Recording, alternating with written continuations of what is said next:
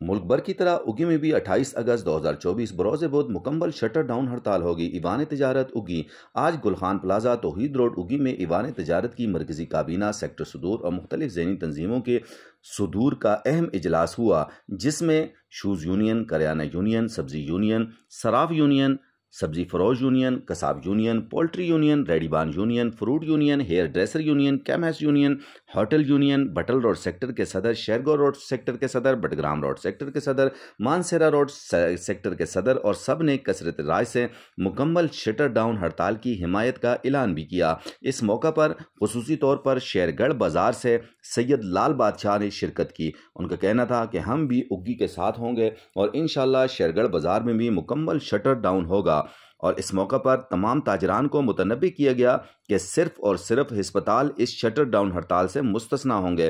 علاوہ ازیں کیمس، سبزی، فروٹ، ہوٹلز، ریڈی بان، نان بائی، دودھ دہی، بیکرز اور ہر قسم کی دکانیں بند ہوں گی۔ شٹر ڈاؤن کی خلاف ورزی کرنے والوں کے خلاف کارروائی ہوگی اور 11 بجے اکی میلاد چوک میں گرینڈ احتجاجی مظاہرہ ہوگا، جس میں تمام تاجران کی شرکت انتہائی ضروری ہوگی۔